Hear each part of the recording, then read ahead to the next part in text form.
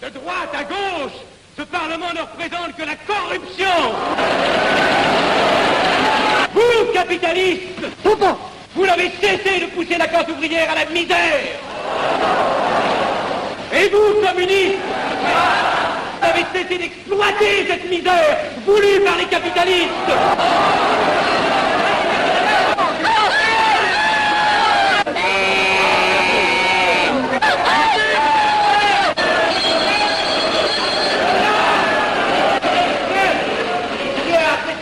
Et vous tous, parlementaires, désuets et périmés, n'acceptez pas le parlementarisme.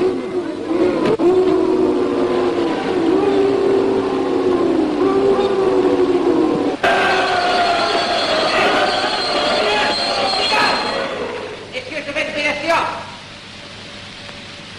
Continuez, monsieur Arthur. Messieurs, je n'ai plus rien à dire. J'ai eu conscience de vous dire quelques vérités, peut-être désagréables, mais utiles. Donc ce ne sont pas quelques interruptions qui m'arrêteront. La communauté française ne se bâtira pas sur le conflit de la vieille bourgeoisie égoïste et du peuple affamé. C'est pourquoi je ne voterai pas ce projet qui donne satisfaction au capitalisme international et serait le bon prétexte pour les communistes à accentuer nos divisions. Je ne le voterai pas. Je serai sans doute le seul à ne pas le voter, car il semble que par une étrange aberration, la Chambre tout entière soit prête comme toujours à trahir l'intérêt français au bénéfice de certains intérêts internationaux très particuliers.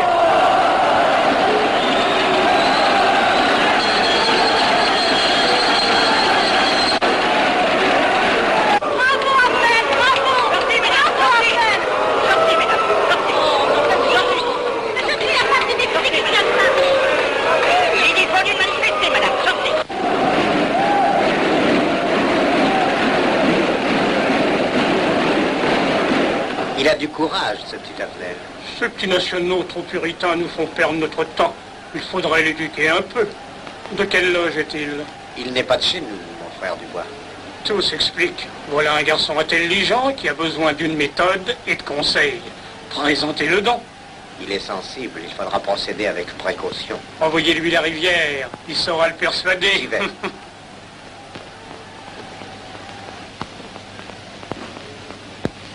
Mon cher vénérable, nous avons un service à vous demander. Enfin, dis donc, je vous suis tout dévoué. Le jeune Avenel qui vient de parler assez brillamment devrait subir les épreuves de l'initiation. La maçonnerie lui apporterait beaucoup et le disciplinerait. Ne croyez-vous pas? J'y pensais déjà. Nous allons nous en occuper activement. Alors, je suis brisé.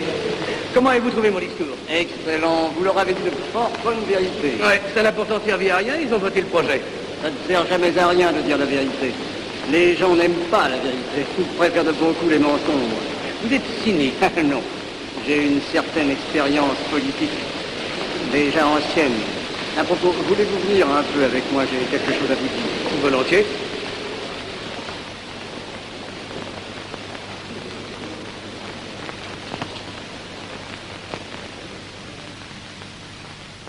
Oui, voyons, je voulais vous dire, si nous reprenions notre conversation sur la franc-maçonnerie, vous m'aviez dit l'autre jour que vous étiez curieux de connaître cette association. Ah oui, on en dit tantôt du bien, tantôt du mal. Je vous avoue que je n'aime pas beaucoup les sociétés secrètes. Ah, pardon. La franc-maçonnerie n'est pas une société secrète. C'est une société discrète. Pourquoi éprouves-tu tant de répugnance à me voir entrer dans la franc-maçonnerie? Cette association me semble suspecte. Il ne doit y avoir que des arrivistes là-dedans. Non, voyons, nous sommes peut-être aussi des braves gens animés d'un idéal sincère. Le texte qu'ils m'ont donné est rempli de bonnes idées.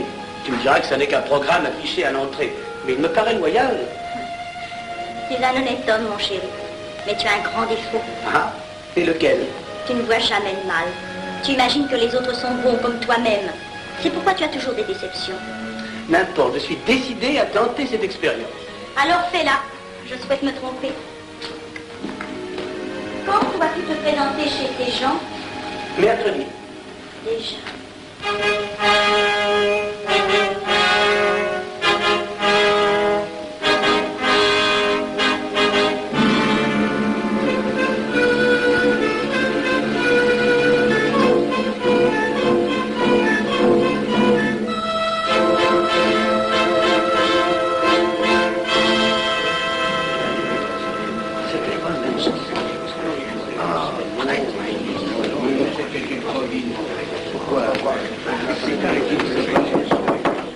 Mes frères, les travaux reprennent force et vigueur. La tenue du comité a voté l'interrogatoire du profane Avnet. Nous allons lire les rapports confidentiels de nos enquêteurs. Pierre Avenel, né en 1902 à Laval, a fait sa première communion. Oh, mon frère Valéry, je vous en prie. Mais déclare ne pas pratiquer régulièrement. A même cessé de fréquenter l'église. Très bien. Mais s'avoue spiritualiste.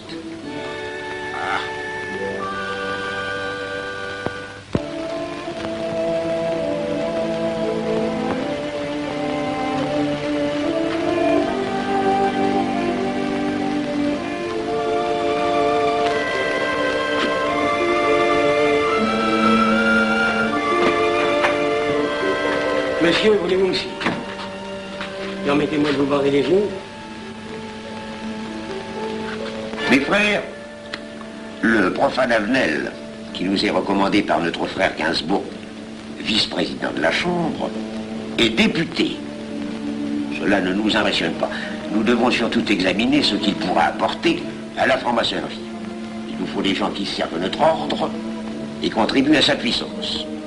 Pour l'instant, il paraît afficher des idées nationales un peu trop absolues. Mais enfin, je voudrais vous prévenir d'une chose.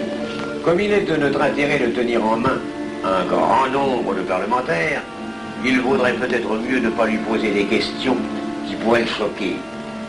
On nous le signale comme assez sensible sur les questions spirituelles ou religieuses. Quand il aura travaillé quelque temps parmi nous, il aura évolué.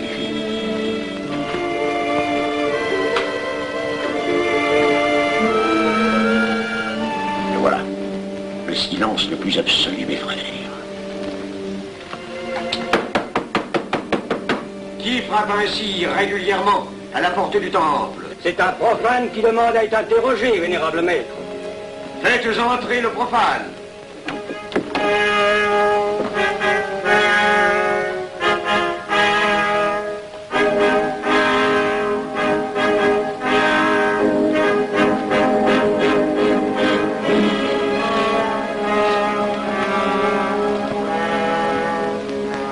Monsieur, vous avez déclaré vouloir faire partie de la franc-maçonnerie. Mais nous désirons savoir qui vous êtes. Nous allons donc vous interroger sur vos sentiments, vos croyances, vos idées politiques. Répondez-nous sans vous troubler, mais en nous disant la plus stricte vérité. Consentez-vous à cet interrogatoire? J'y consens. Monsieur, croyez-vous en Dieu? Et pourquoi? Il semblait être déçu par ce premier contact avec la maçonnerie. Mais l'interrogatoire est assez pénible. J'ai dû paraître ridicule. Vous vous trompez. D'autres qui sont passés avant vous ont moins bien répondu. Vous avez été reçu avec une majorité convenable, 16 voix contre 10. Comment, j'ai eu 10 voix contre moi? Non, non, 2 seulement. 2. Mais les voix d'opposition comptent pour 5. Ah, un opposant de plus, et vous étiez plaqué. Maçonnerie est difficile sur le choix de ses candidats. Pas assez, mon cher, pas assez. Je dois même vous avertir que lorsque vous serez en loge, vous serez déçu. Le milieu maçonnique est épouvantablement médiocre. Vous verrez que vous nous apporterez plus que vous ne recevrez. Mais ces rites dont vous m'avez parlé, ces initiations mystérieuses... De bêtises. Il y en a qui y attachent un certain sens symbolique. La plupart des maçons ritent eux-mêmes de ces vieilles pratiques désuètes. Seulement le jour de votre initiation, tenez-vous bien, les épreuves de la cérémonie ne sont pas commodes.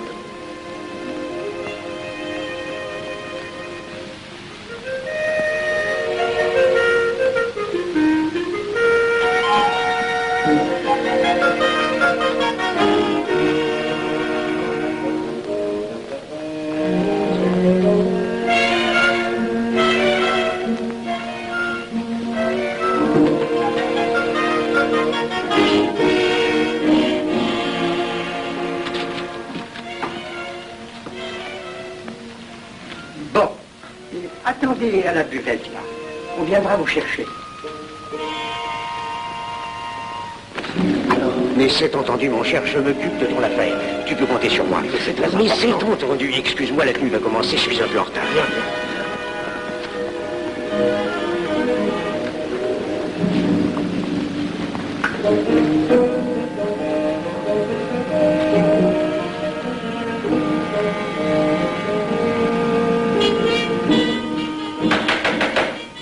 Prenez place, mes frères, nous allons ouvrir les travaux. Mon frère Durand, veuillez prendre place à l'ordre.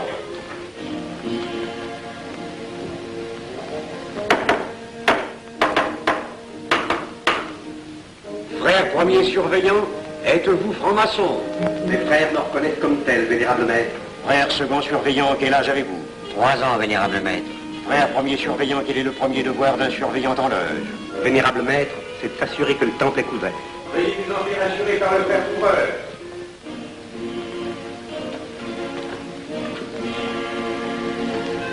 Le temple est couvert, vénérable maître. Frère second surveillant, quel est le second devoir des surveillants en loge? Vénérable maître, c'est de s'assurer que tous les frères présents sont membres réguliers de la loge ou visiteurs connus. Debout, et alors, mes frères. Frère premier et second surveillant, assurez-vous que tous les frères rangés devant vos colonnes sont membres réguliers de la loge ou visiteurs connus.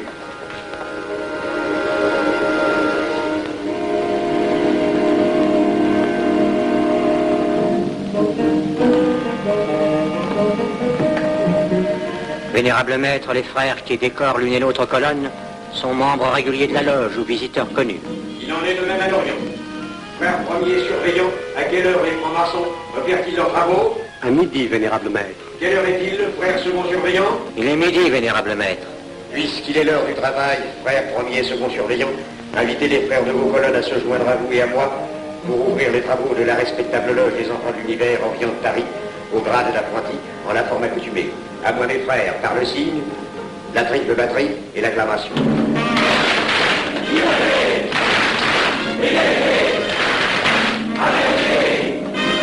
Prenez place, mes frères, les travaux sont ouverts. Mes frères, l'ordre du jour appelle l'initiation du profane Avenel. L'atelier a voté dans une précédente tenue la mission du dit profane. Nous allons donc ce soir le recevoir solennellement. Mon frère couvreur, veuillez aller chercher le profane Avenel qui a écrit son testament philosophique dans le cabinet de réflexion.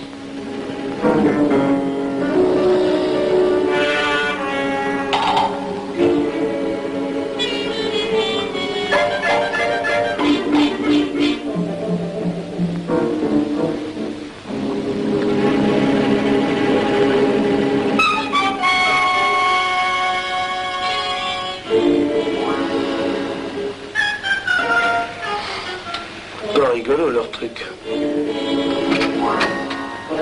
Monsieur, veuillez me suivre.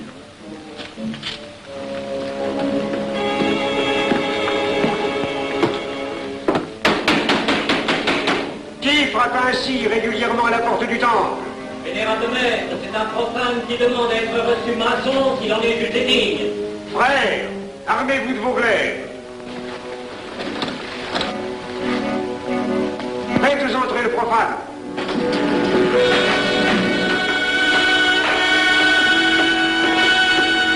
Laissez-vous, monsieur.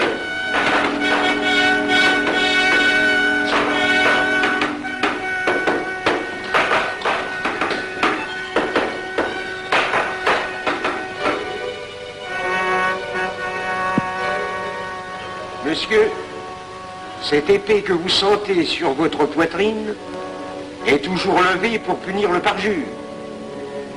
Elle est le symbole du remords qui déchirerait votre cœur si vous deveniez traître à la société dans laquelle vous voulez entrer. Est-ce de votre propre volonté, en pleine liberté, que vous vous présentez parmi nous? Oui. C'est une institution qui ne procède que d'elle-même. Elle prend sa force dans la raison. Persistez-vous toujours dans vos intentions? Êtes-vous bien déterminé à vous soumettre aux épreuves, quelles qu'elles puissent être? J'y consens. En ce cas, confiez-vous à la main qui va diriger vos pas. Mais comme il serait imprudent de s'imposer des obligations dont on ne connaîtrait pas l'étendue, il est de la sagesse de cette respectable assemblée de vous dire quels seront vos devoirs si elle vous admet dans son sein. Le premier est un devoir absolu de secret sur tout ce que vous pourrez entendre et découvrir parmi nous, ainsi que sur tout ce que vous verrez et saurez par la suite. Je dois exiger de vous un serment prêté sur la coupe des libations. Consentez-vous à le prêter? Oui. Frère expert, faites approcher le profane. Et vous, maître des cérémonies, apportez la coupe des serments. Présentez la coupe au profane.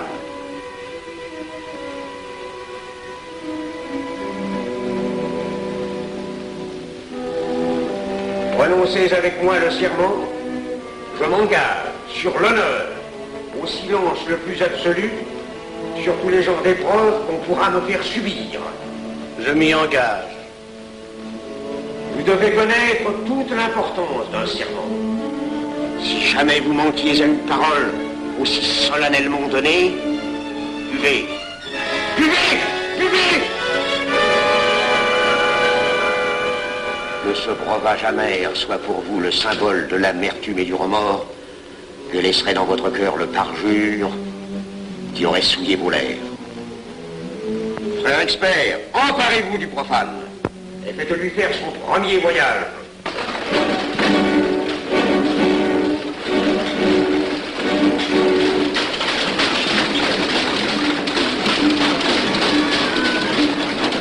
Voilà, c'est un profane qui demande à être reçu maçon. Comment ose-t-il l'espérer? C'est qu'il est libre et de bonne mœurs. Puisqu'il en est ainsi, qu'il passe.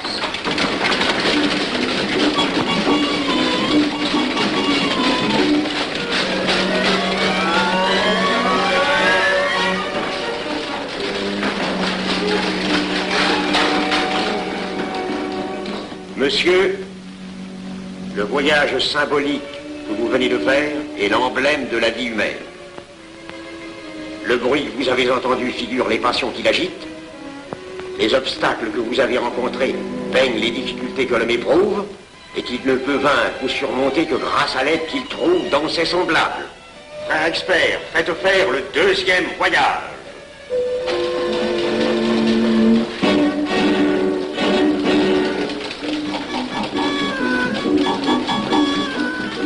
Qui va là? C'est un profane qui demande à être reçu maçon. Comment ose-t-il l'espérer? C'est qu'il est libre et de bonne mœurs.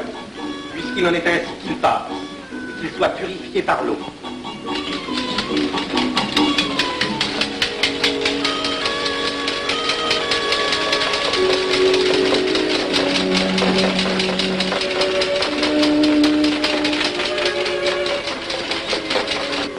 Monsieur, nous avons procédé à l'épreuve de l'eau qui représente l'épuration de votre esprit naissant à la vie maçonnique. Votre cœur doit être limpide comme l'eau pure.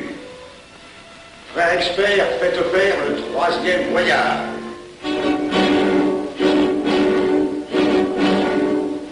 Qui va là? C'est un profane qui demande à être reçu maçon. Comment ose-t-il l'espérer? C'est qu'il est libre et de bonne mœurs.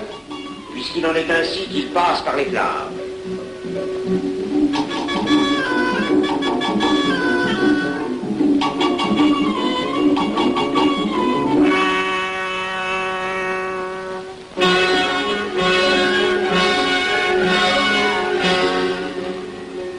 Monsieur, les flammes dont vous avez été environné ont achevé vos épreuves. L'ordre maçonnique dans lequel vous demandez à être admis pourra peut-être un jour exiger que vous versiez jusqu'à la dernière goutte de votre sang pour sa défense et celle de vos frères. Je vais maintenant vous faire prêter serment à la franc-maçonnerie. Frère expert, amenez le profane à l'autel. Mes frères, debout, à l'ordre avec lèvres aux mains.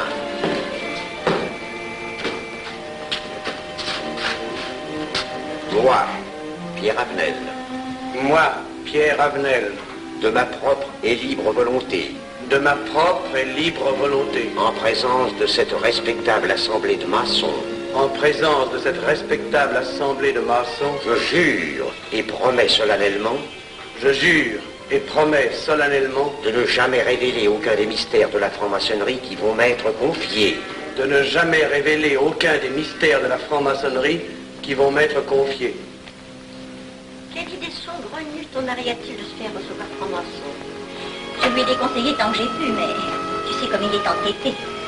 Il va se trouver dans un milieu d'arrivistes si médiocre. On l'a pourtant bien prévenu. Pourvu qu'il ne lui arrive rien.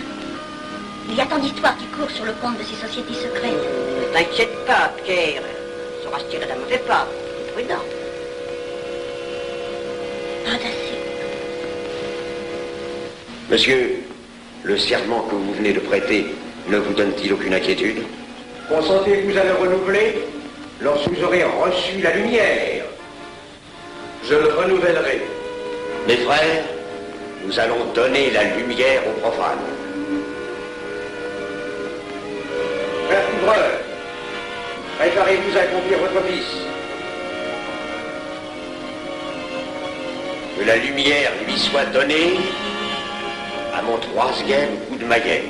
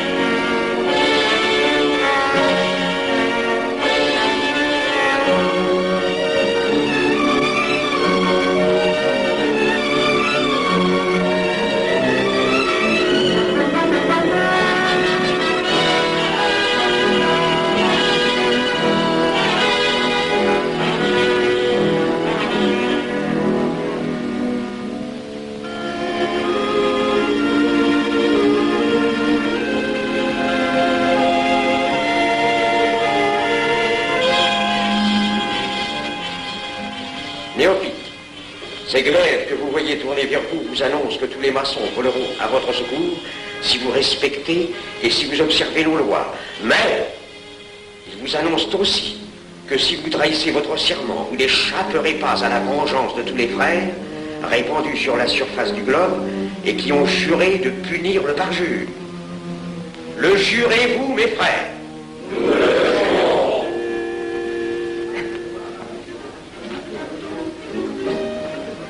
Mes frères, à la santé de notre nouveau frère. À votre santé.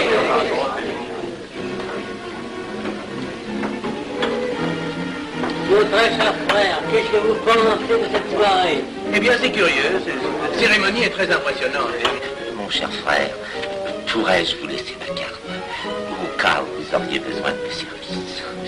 Je vends de tout, de la bonneterie, des chaussures, du savon à des prix invraisemblables. Tu permets, mon cher Lévi-Stein? Je t'en prie. Mon frère Avenel, nous allons bientôt vous mettre à contribution. Oui, un de nos amis de notre loge voudrait un bureau de tabac. Le Grand Orient est submergé de monde en ce moment. Avec vous, ça ira peut-être un peu plus vite. Volontiers. Je vous remercie. Ah, dans quelque temps, je vous parlerai aussi d'une autre affaire. Depuis plusieurs années, j'ai droit à la Légion d'honneur. Je ne m'en suis jamais occupé, je n'ai pas voulu déranger vos amis pour ça, on leur demande déjà tellement de choses, n'est-ce pas? Vous m'aiderez? À votre service. Merci beaucoup. Alors, on nous revoit. Ah non, comme ça. Voyez-vous, des petits coups secs avec le pouce, là, comme ça. Pom, pom, pom. Essayez. Pom, pom, pom. Et ben voilà. Avec ce signal-là, on ouvre toutes les portes.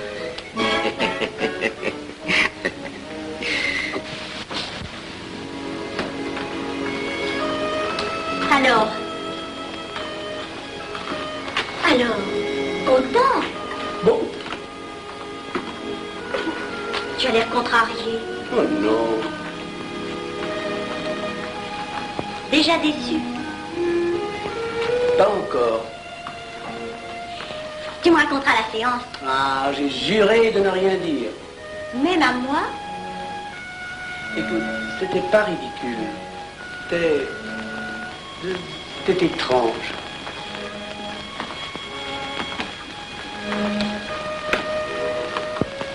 Mon chéri.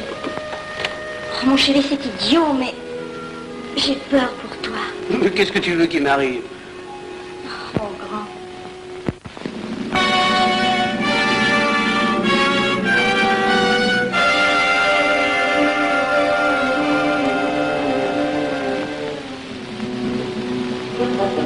Mon très cher frère Avenel, vous êtes député. J'ai un service à vous demander. Tous les détails sur la bureauterie. Mon très cher frère, si vous pouviez m'obtenir cette place, vous me feriez plaisir. Mon cher, donnez donc un coup de téléphone au préfet, qu'il m'ôte cette contravention. Demandez la liberté, le scandale fascinateur. Mon très cher frère Avenel, j'ai besoin d'un bon témoin de moralité dans un procès. C'est un de nos frères qui passe en correctionnel. Il est bien un peu coupable, mais avec un peu d'appui.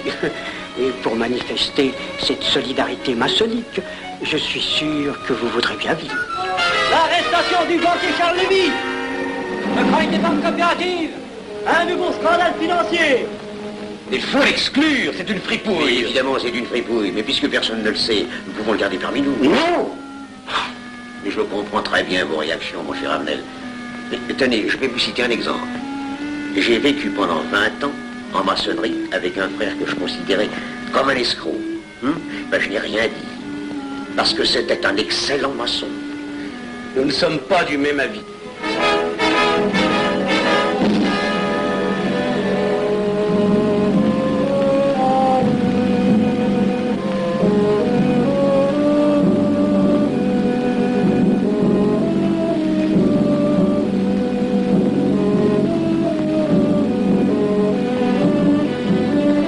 Ne votez pas pour lui. Pourquoi? C'est un adversaire de la maçonnerie. Mais son projet est excellent. Qu'importe, il nous dessert. Vous n'avez pas l'air de mon ami. Non. Non, non et non, je ne ferai pas ce que vous voulez. Un mouvement de vous conformer à la discipline républicaine. La discipline républicaine et maçonnique. Je sais ce que c'est, allez, c'est une canaillerie. Mon frère, ne laissez pas vos paroles dépasser votre pensée. Oh, ne croyez pas que je suis en colère, non, j'ai tout mon sang-froid au contraire. Et c'est pour ça que je ne voterai pas cette loi unique. Vous détruisez ce pays en l'empoisonnant doucement. Avenel, vous ne parlez pas sérieusement. Mais vous ne comprenez donc rien.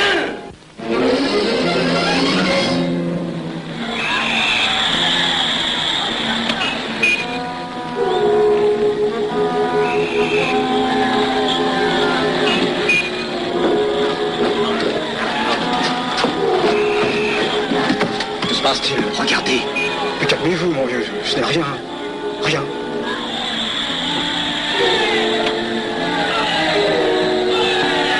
Que croyez-vous qu'on doit faire? Rien. Surtout rien. Pas de pareil cas que t'attends. Et croyez-moi, il n'y aura pas d'incident. Tous ces gens vont rentrer se coucher. Ils sont fatigués de crier.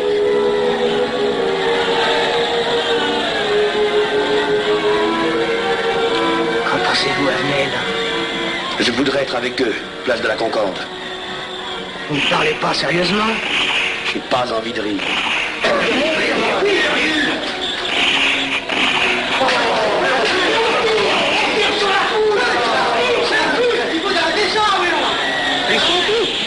Faut arrêter ça.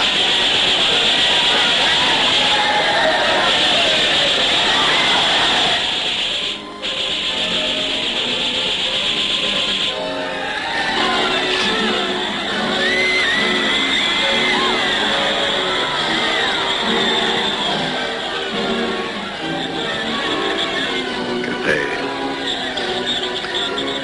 Trop tard. On tire encore. Coup-de-feu.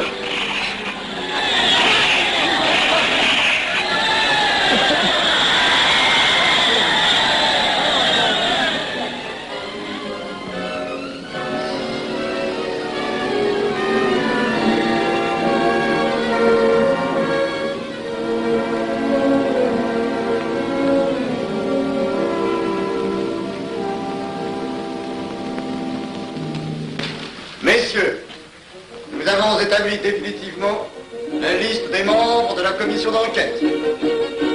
Tout le monde est bien d'accord pour la soumettre au vote de la Chambre. Pas d'objection? Le projet est accepté à l'unanimité. La séance est levée.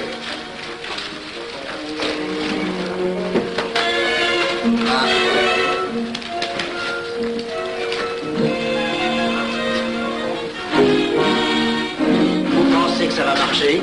Je ne prévois pas d'opposition. Si cela est ainsi, nous risquons de nous en tirer. Je le crois sincèrement. Nos frères députés nous attendent dans un salon voisin. Ils sont impatients de vous entendre. Allons-y.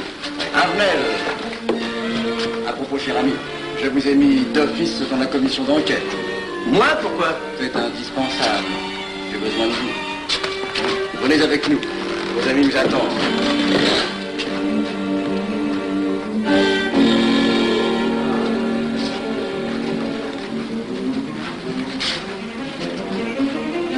Mes frères, puisque nous sommes contre nous, je puis vous dire bien confidentiellement que nous allons traverser ces événements graves sans trop de dommages. La commission vient d'accepter tout à l'heure les listes que nous avons proposées pour la commission d'enquête.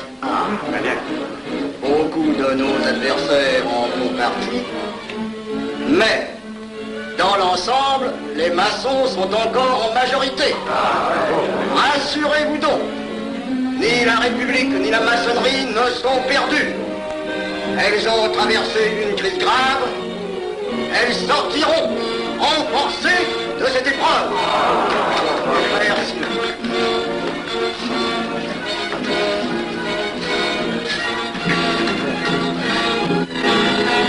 Demandez l'anti-Marfond, le scandale de la commission d'enquête.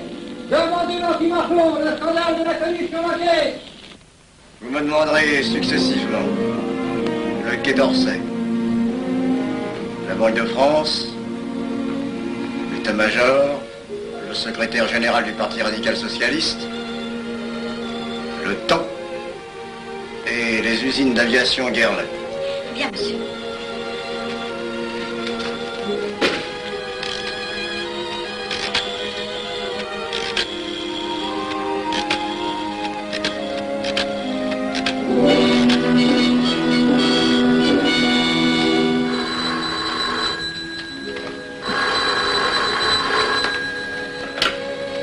Allô, le chef de cabinet du ministre.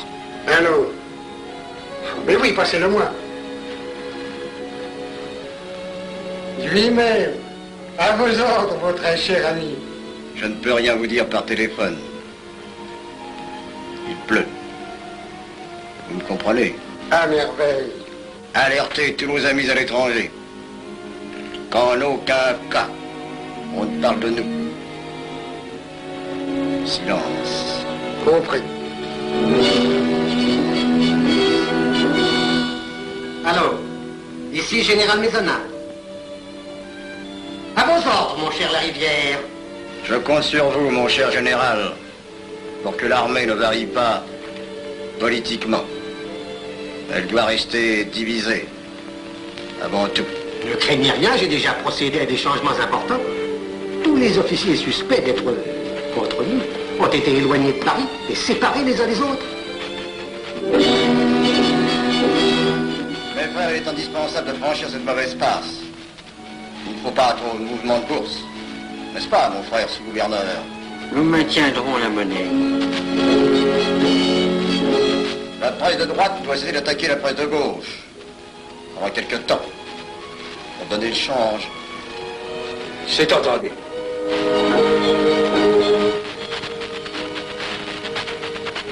Les partis de gauche doivent faire entente avec ceux du centre. Et ceux de l'extrême gauche. De la sorte, nous contrôlons le peuple. Bloc populaire. Mieux. Front populaire. Bien. Quant à vous, mon cher Garlet, j'ai reçu ce matin une communication de l'étranger. On lui demande d'envoyer immédiatement du matériel d'aviation en Espagne. Moyennant quoi nous aurons tous les appuis politiques nécessaires. Même nos prototypes. Surtout nos prototypes. Ne croyez-vous pas que ce serait dangereux pour notre défense nationale? Faites ce que je vous dis.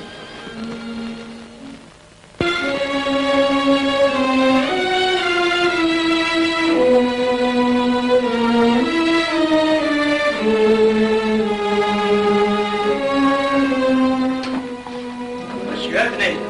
Faites entrer. Ah, bonjour, cher ami. Comment on va? Bien, merci. Ah, je vous ai fait appeler. Que se passe-t-il? On ne vous voit plus. Vous le boudez? Oh non. Cigarette. Non, merci. Dites-moi, pourquoi avez-vous refusé de faire partie de la commission d'enquête? Oh, j'ai beaucoup de travail en ce moment et je fais déjà partie d'autres commissions. Avenel, répondez-moi franchement. Ce n'est pas parce que nous avons eu l'autre jour une petite discussion bien fraternelle? Eh bien, justement, si. Je voudrais vous parler de la franc-maçonnerie. Ah, mais bien, voyons, mais bien entendu. Asseyez-vous. Ah. Alors? Ah. Je vous écoute. Eh bien, voilà, vous avez été mon présentateur, je vous dois une explication. Je suis décidé à déposer ma démission. Vous avez l'air d'avoir été déçu par la maçonnerie. Oh, pire, choqué. Pourquoi? Mais confessez-vous, mon vieux. Vous ne serez pas le premier maçon qui m'aura ouvert son cœur. Qu'est-ce qu'on vous a fait? Mais à moi, personnellement, rien. Mais je trouve ce milieu maçonnique... Pourri d'arrivistes écœurants. Je vous l'accorde. Ah, je ne vous le fais pas dire. Oh, croyez-vous que je sois dupe? Alors, je ne comprends pas. Tant de vertu affichées sur le programme à la porte. Tant de mystère à l'intérieur pour ne cacher que ces petites combines, ces appétits de comitards. Je m'attendais à trouver des hommes dévoués, sinon supérieurs. Au lieu de ça, je n'ai rencontré que des quémandeurs de bureaux de tabac ou de décoration, ou alors des fripouilles qui cherchaient à m'utiliser pour échapper à des condamnations. En dehors d'eux, des phraseurs, des sectaires ignorant tout, ne connaissant rien de l'histoire de leur pays, rien de l'histoire du monde, rien de la politique, rien de la philosophie, rien. Ah, des cerveaux vides, mais des dents longues, et des langues folles. Et c'est cela qui gouverne la France. Quel grade avez-vous maintenant? J'ai été initié à la maîtrise il y a peu de temps. Eh bien, si vous avez le courage de vivre encore quelques années dans la médiocrité des ateliers bleus, vous passerez ensuite aux ateliers supérieurs. C'est mieux? C'est autre chose. Voyons, vous êtes 33e, n'est-ce pas? C'est le grade le plus haut dans la maçonnerie. Mon petit Avenel, je vais vous révéler, quoique je ne le doive pas, ces fameux secrets maçonniques dont on fait tant de mystères. En maçonnerie, on cache tout aux petites gens. En bas, vous ne savez rien. En haut, vous commencez à voir un peu plus clair dans le jeu mondial. Moi-même, je ne suis pas totalement éclairé sur les intentions des dirigeants de notre ordre. Et quand je dis dirigeants, je me trompe. Il n'y a pas de chef chez nous. Il n'y a que des exécutants. Je suis un pion sur un échiquier, j'accomplis une fonction. Je reçois des messages. J'obéis. Je transmets. J'agis. Mais qui dirige? Personne. C'est beaucoup plus compliqué et simple en même temps qu'on ne pense. Qu'est-ce que la maçonnerie? Des groupes d'hommes qui se sont réunis aux quatre coins de l'univers pour enserrer le monde dans un réseau aux mailles infranchissables. Nous sommes 50 000 en France, 500 000 en Angleterre, 3 millions en Amérique, c'est peu. Mais c'est énorme, parce que nous formons un bloc uni d'une seule volonté. Nous rayonnons partout, nous commandons partout. Ici, 300 parlementaires sont francs-maçons. En Angleterre, le roi fait partie de notre ordre. Aux États-Unis, le président est 32e. Il n'y a pas un pays où nous n'ayons nos appuis secrets, nos hommes, nos banques, nos groupes dévoués. Et ceci n'est rien. Je ne vous montre là de la maçonnerie que la puissance physique. Il y a peut-être autre chose. Mais quoi? Une doctrine supérieure. Une antique expérience des forces du monde qui nous permet de pousser les peuples tantôt vers la vie,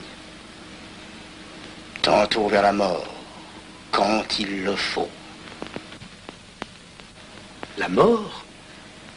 Je croyais la maçonnerie attachée à la paix. à une certaine paix. Notre paix. Sinon,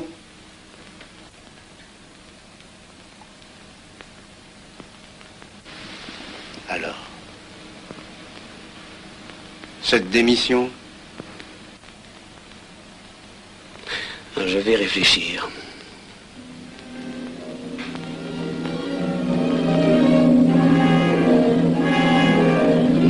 Alors, il n'y a qu'une solution, la guerre. Pour réussir à déclencher la guerre, la maçonnerie a besoin de tous ces hommes. Sur combien de voix pouvons-nous compter à la Chambre? Nos frères parlementaires sont à peu près tous sûrs. Sauf un, que j'oserais nommer, car il fait partie de notre loge. Dis donc, Avenel. Il tient des propos contre le Grand Orient qui l'accuse de vouloir déclarer la guerre à l'Europe. je n'ai jamais eu confiance en ce type-là. C'est une faute de l'avoir laissé entrer ici. Nous pouvons encore leur amener de meilleurs sentiments. Je doute que vous réussissiez. Qui sait? Nous avons peut-être les moyens pour ça.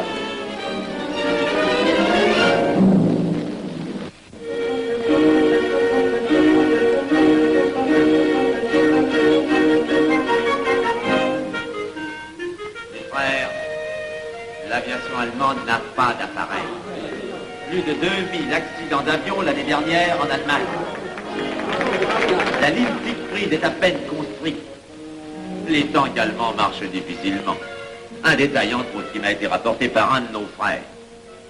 Quand leurs tanks sont entrés à Vienne, on s'est aperçu que certains d'entre eux étaient en carton et montés sur des hautes bicyclettes.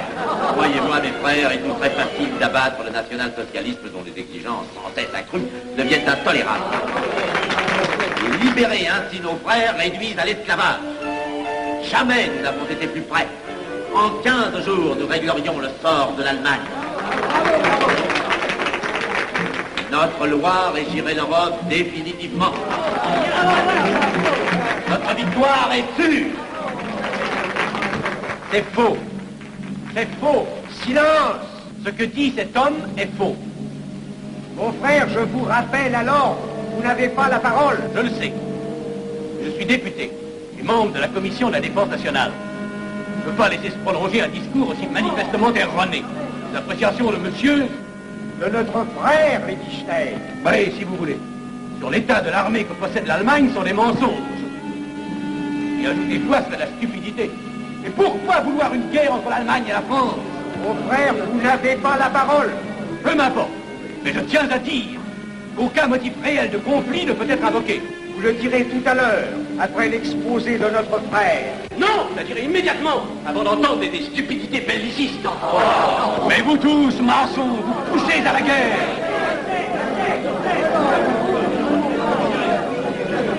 Pour que ce pays soit gouverné par vos lois, par les Juifs, et la maçonnerie surtout. Le peuple français ne se battra pas pour défendre une idéologie fumeuse, un régime ignoble, une république pourrie. Mon frère Avenel, je vous prie de couvrir le temple.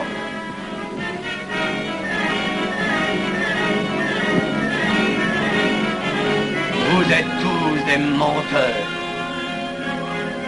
et des faussaires. Tout chez vous n'est qu'une sinistre comédie.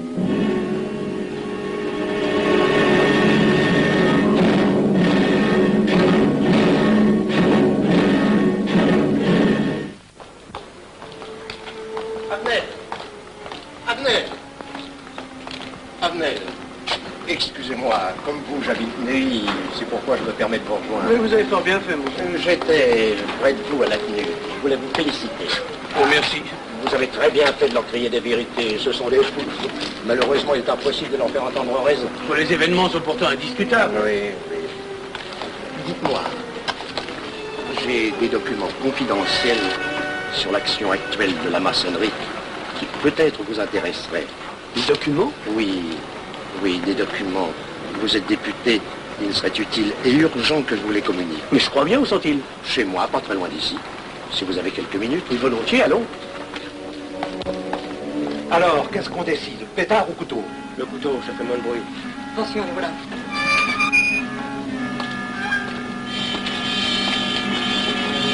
Un instant, je vais voir si quelqu'un...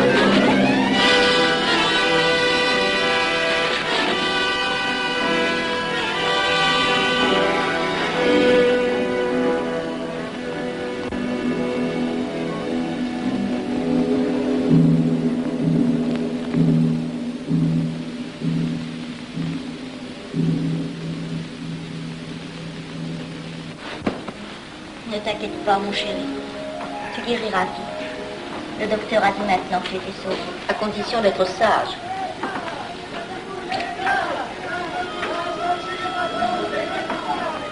Qu'est-ce qu'on entend?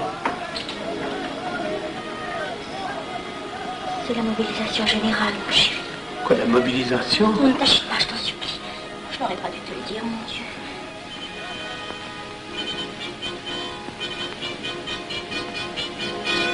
T'en fais pas, mon chéri. Tu reviendras vite.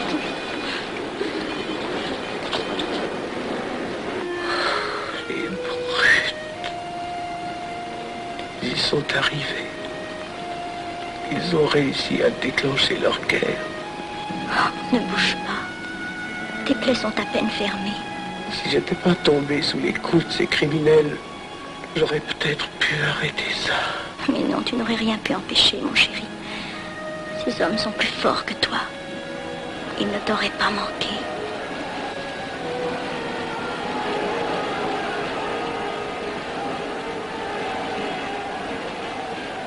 Qu'est-ce que c'est?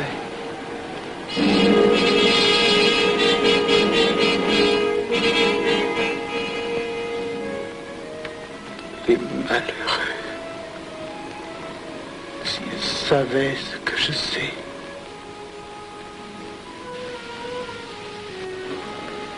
Mes frères, nous pouvons affirmer en toute sérénité que la franc-maçonnerie universelle a présentement atteint son but.